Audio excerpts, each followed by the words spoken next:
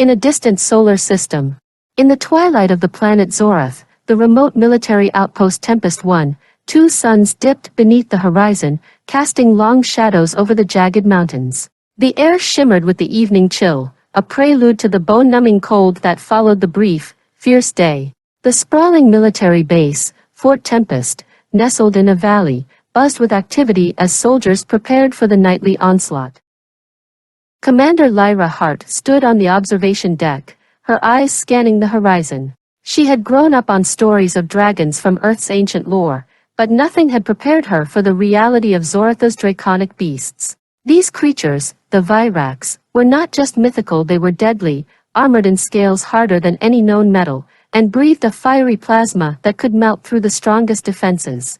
"Commander, the night patrols are ready," reported Lieutenant Cashin Hale, his voice breaking her reverie.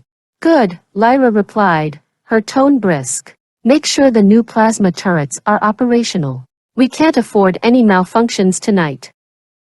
The base had been on high alert for weeks. The Zorax had become more aggressive, their attacks more coordinated. Lyra knew it was only a matter of time before they launched a full-scale assault. The last recon mission had revealed a worrying increase in their numbers, clustered in the caverns of Mount Draken. As the sky darkened, the first roars echoed through the mountains. Lyra tightened her grip on the railing. "Here they come."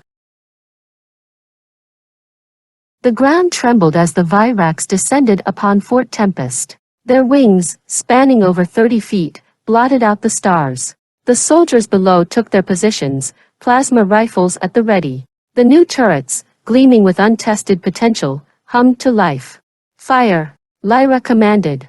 Beams of concentrated energy shot into the sky, striking the Zorax. Some shrieked in pain, their scales cracking under the assault, but others dove through the barrage, their fiery breath lighting up the night. Explosions rocked the base as the creatures targeted fuel reserves and supply depots.